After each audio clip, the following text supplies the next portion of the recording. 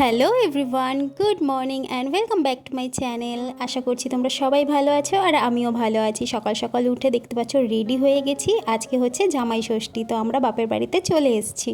এসে দেখছি একদম মা সকাল সকাল পুজো দিয়ে দিচ্ছে, কারণ দুপুরবেলা জামাইকে তো নিজের হাতে রান্না বান্না করে খেতে দিতে হবে, তাই জন্য সকাল সকাল পুজোটা দিয়ে মা এসে ঘরের কাজকর্ম করছে আর আমি মাকে একটু হেল্প করে দিলাম। আর এই হচ্ছে জামাই ষষ্ঠী স্পেশাল কচি পাঁঠার মাংস।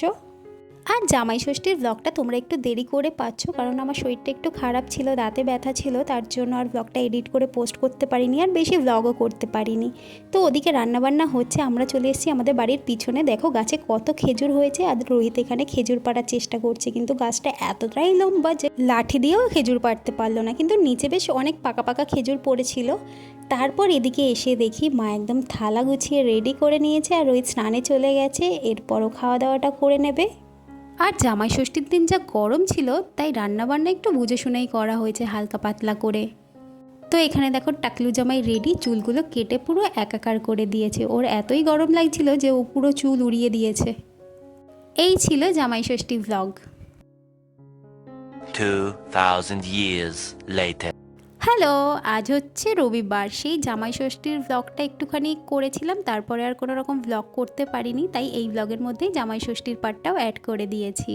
আর সকালবেলা আমরা চলে এসেছিলাম বাজারে, বাজার টাজার করে নিয়ে বাড়িতে এসে ঘরটরগুলো ভালো করে গুছিয়ে নিচ্ছি।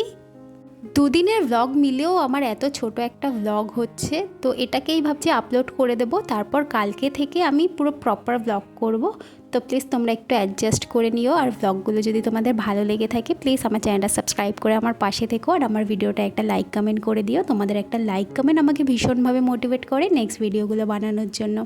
তো বাজার টাজার করে এসে ঘরদোর গুছিয়ে গাছটাকে একটু জানলার ধারে দিয়ে দিচ্ছি, যাতে একটু আলো বাতাস পায়।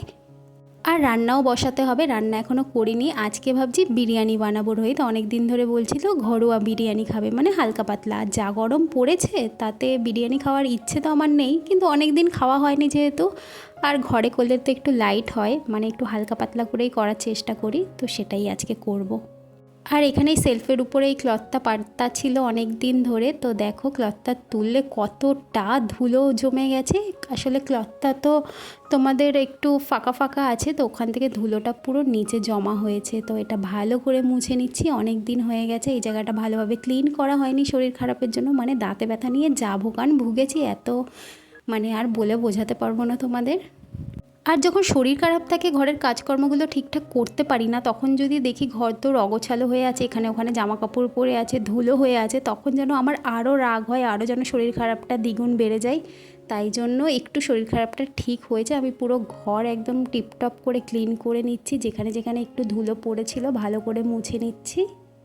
ঘর পরিষ্কার থাকলে দেখবে মন মেজাজও ভালো থাকে আর কাজকর্মের এনার্জিও পাওয়া যায়।